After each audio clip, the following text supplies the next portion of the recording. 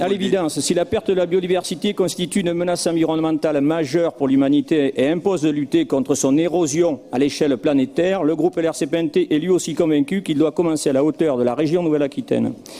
La RBNA s'est engagée à mobiliser et valoriser la connaissance de la biodiversité en Nouvelle-Aquitaine. Elle a aussi su répondre aux besoins spécifiques de la collectivité pour la réalisation des études Agrimatera, Ecobiose. De même, elle a rédigé le volet diagnostic en jeu de la stratégie régionale de la biodiversité, SRB, et produit des indicateurs relatifs aux continuités écologiques et aux réservoirs de biodiversité dans le cadre de la mise en œuvre du STRADET. Et ce sont des points positifs à mettre à l'actif de l'agence. L'agence va devoir proposer plus face au déclin de la majorité de la biodiversité de notre région.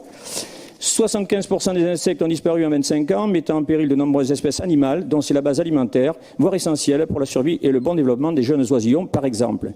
Cette baisse drastique va de même impacter la pollinisation des végétaux dans la nature et par voie de conséquence va impacter aussi de nombreux secteurs économiques, dont l'agriculture, l'arboriculture et l'apiculture.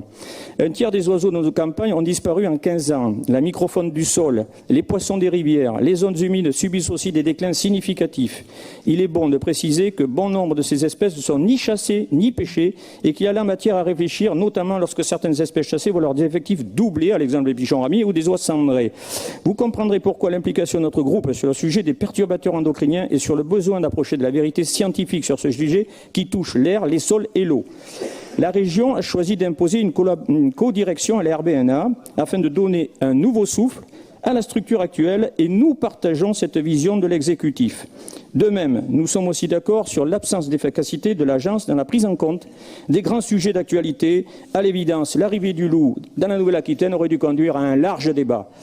D'autres comme l'état des lieux des eaux de surface, leur qualité en relation avec le dérèglement climatique, leur gestion et leur partage entre tous les utilisateurs aurait dû faire l'objet de travaux. L'impact des espèces invasives, à l'image du silure, encore une fois, celui d'un outil interactif pour alerter sur la présence de nouvelles espèces invasives. C'est autant de sujets que l'agence doit porter à connaissance et travailler pour être référence incontournable aujourd'hui.